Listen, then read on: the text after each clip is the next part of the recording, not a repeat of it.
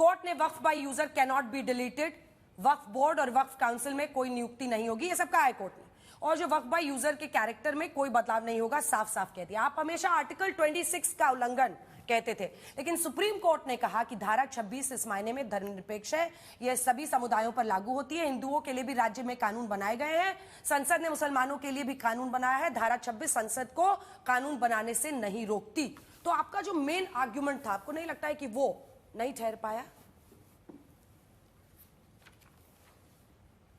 Madam देखिए, madam आपको जो ये लोग बोल रहे हैं ना, उनको मेरे सामने बिठाइए। ओरल ऑब्जर्वेशंस कोई ऑर्डर में रिफ्लेक्ट हुआ क्या, बताइए आज के?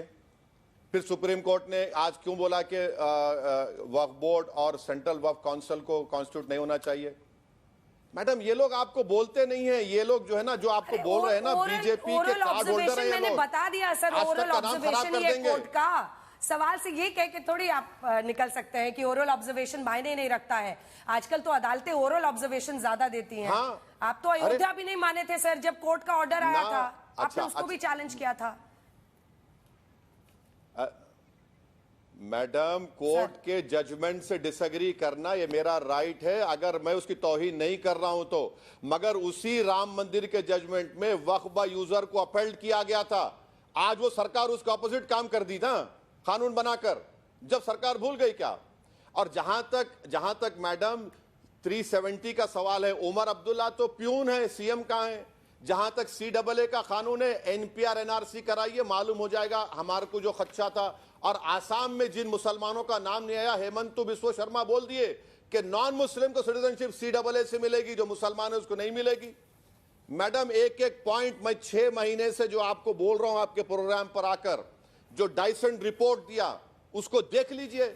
आज सरकार को मानना पड़ा ना, जो वक्फ बाय यूजर है और constitution of central Waqf council और स्टेट वक्फ बोर्ड के बारे में क्या बोला सुप्रीम कोर्ट ने आज अपने इंटरिम ऑर्डर में, वो भी देख लीजिए।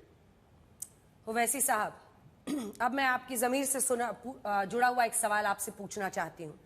आपने अनेकों जगह पर कहा कि इस देश में मुसलमानों की मॉब लिंचिंग की जा रही है। कोर्ट ने भी मुर्शिदाबाद हिंसा को गलत ठहराया। जब आपसे पूछा गया कि चंदन दास और उनके पिता की मॉब लिंचिंग की गई मुर्शिदाबाद में, तो आपने कहा यह सवाल मुझसे मत पूछिए, आप ये पश्चिम बंगाल सरकार का मैं प्रवक्ता नहीं हूं, वहां पर पूछिए। आज मैं आपसे पूछती हूं और मैं पूछूंगी आपसे। मैडम मैं आपको बहुत अच्छा कि आपने सवाल ने, बहुत अच्छा कि अंजना ओम कश्यप ने बड़ा एहसान किया मुझसे सवाल पूछकर। उस दिन आपका बच्चा जर्नलिस्ट बशीर नहीं आया था। सवाल ईश्वर रेड्डी ने पूछा था कि वेस्ट बंगाल गवर्नमेंट को क्या करना चाहिए, कैसे करना चाहिए। उसके बाद एक दूसरे इंग्लिश चैनल के रिपोर्टर जिसका नाम सोमित है और दूसरा एक इंग्लिश चैनल के, उन दोनों हस्बैंड वाइफ ने एक सवाल किया था कि इस हिंसा के बारे में बोलिए। तो पहले सवाल के जवाब में मैंने कहा कि वहां की सरकार जवाब देगी। जब हिंसा का सवाल इन दो अंग्रेजी चैनल के हस्बैंड एंड वाइफ ने पूछा तो मैंने कहा मैं इसको कंडेम करता हूं। और फिर उन्होंने कहा था कि वो दो हिंदू धर्म के लोगों की मॉब लिंचिंग हुई, तो मैंने कहा एक पुलिस फायरिंग में मुसलमान भी मारा गया, मैं उस वायलेंस को कंडेम करता हूं। वायलेंस नहीं होना चाहिए। मैं आपका शुक्रिया अदा करता हूं कि आपने मुझसे सवाल किया, मैं क्लैरिफाई कर रहा हूं। वरना बीजेपी के जितने खाकी पैंट पहनने वाले थे, बार बार ट्विस्ट करके, मॉर्फ करके, कभी वो वीडियो डाल रहे, कभी वीडियो डाल रहे। ईश्वर रेड्डी का सवाल कुछ और था और ये इंग्लिश चैनल के हस्बैंड एंड वाइफ जर्नलिस्ट, उनका सवाल वायलेंस के ऊपर था, जो मैंने कंडेम किया। ये सब छोड़ दीजिए ना सर, आप बोलिए कि मॉब लिंचिंग जो बंगाल में हुई है उस पर ओवैसी साहब आज कितना गुस्सा दिखा सकते हैं, कितना गुस्सा उनको आ रहा है? मैडम जो मॉब लिंचिंग बंगाल में मुर्शिदाबाद में हुई, मैं उसको कंडेम करता हूं। जिस तरीके से देश में पीलू खान इखलाक और जहां जहां हुआ है, हम हर मॉब लिंचिंग की कंडेम करते हैं। कोई अपने हाथ में कानून लेकर किसी की जान नहीं ले सकता, चाहे वो बुलडोजर के जरिए हो या एनकाउंटर के जरिए हो या मॉब लिंचिंग के जरिए हो। ठीक है, एक अच्छा सा ट्वीट इस पर जरूर डाल दीजिएगा सर। एक आखिरी सवाल है। एक तरफ मुझे पता है कि आप ये कंपैरिजन नहीं है, लेकिन मैं सिर्फ एक डेटा आपके सामने रखना चाहती हूं। एक तरफ राम मंदिर ट्रस्ट 5 सालों में कुल 396 करोड़ रुपए का टैक्स भरता है, जिसमें 272 crore GST, 39 crore TDS, 14 crore labour cess और बाकी अन्य तरह के टैक्स। दूसरी तरफ वक्फ बोर्ड, जिसके पास 1.2 लाख करोड़ की संपत्ति है। 2023-24 में वक्फ संपत्तियों से आई शुद्ध आय करीब 1.25 करोड़ रुपए की है। ये गलत हो रहा है या नहीं हो रहा है? आप एक बात समझिए मैडम, आप एक बात समझ नहीं रहे हैं। सच्चर कमेटी ने जो रिकमेंडेशन दिए उसको इम्प्लीमेंट करिए। कौमी तरक्याती स्कीम जो पैसे जो आप एलोकेट कर रहे हैं उसको इम्प्लीमेंट करिए। एंक्रोचर्स को निकालने का राइट हमको दीजिए, जिस तरह हिंदू धर्म के बोर्ड्स को समर एविक्शन पावर्स का राइट है। और जो दरगाहों से, ये ख्वाजा अजमेरी की दरगाह है ना मैडम, वहां का जो दीवान है आप मालूम करवा लीजिए उनको किस हाई कोर्ट के फैसले के बाद हर साल उनको 1.5 करोड़ रुपया मिलता है विद 10% इंक्रीमेंट। उसका क्या कर रहे हैं, क्यों दे रहे हैं? उनको बंद करिए ना, सुप्रीम कोर्ट में अपील करके उस स्कीम को खारिज करिए। जितना पैसा ख्वाजा अजमेरी दरगाह को आ रहा है उससे इस्तेमाल करिए। उससे गुलबर्गे की दरगाह वाले मेडिकल कॉलेज चला रहे हैं, इंजीनियरिंग कॉलेज चला रहे हैं, बच्चों के लिए स्कूल 1950 से चला रहे हैं।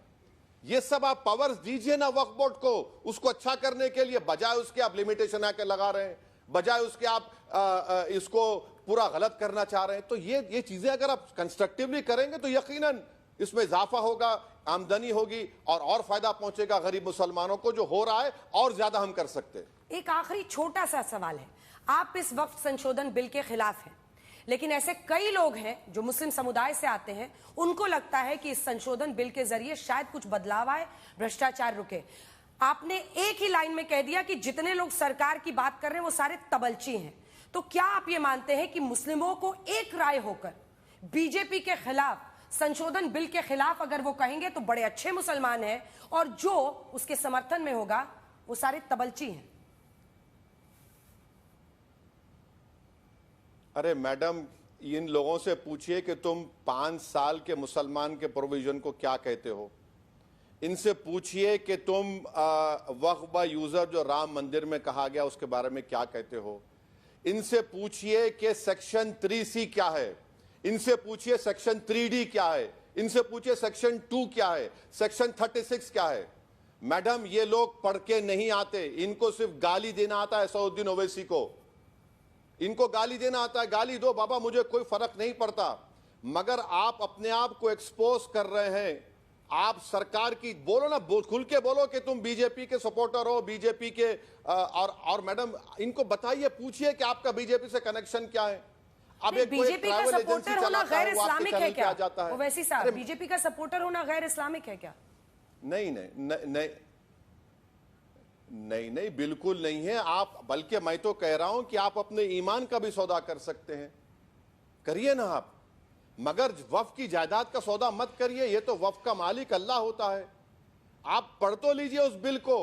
महिलाओं को लाकर कहते हैं महिला को मिल रहा है। 95 एक्ट में एटलीस्ट 2 था, अब खाली 2 हो गया। 2 से ज्यादा बन सकते थे, आपने वो कर दिया। तो इनको पढ़ने की जरूरत है। सिर्फ एक ही किस्म की बात कर रहे हैं, बीजेपी की तारीफ में पुल बांध रहे हैं, वो मत करिए। पढ़िए तो सही, बिल को पढ़िए। अगर नहीं समझ में आ रहा तो जाहिर है आप किसी और के पास जाइए जो आपको समझा सके। अगर आप ऐसा ही करते रहेंगे तो आपके इग्नोरेंस में ही इजाफा होगा और एरोगेंस में इजाफा होगा। असदुद्दीन ओवैसी साहब, आप आज तक पर आए, आपने तमाम सवालों के जवाब दिए। कोर्ट से कैसे मामला आगे जाता है उसके बाद उम्मीद करेंगे कि एक बार फिर आपसे सवाल जवाब कर पाए। बहुत बहुत धन्यवाद सर आपका आज तक पर हमारे साथ आने के लिए। धन्यवाद।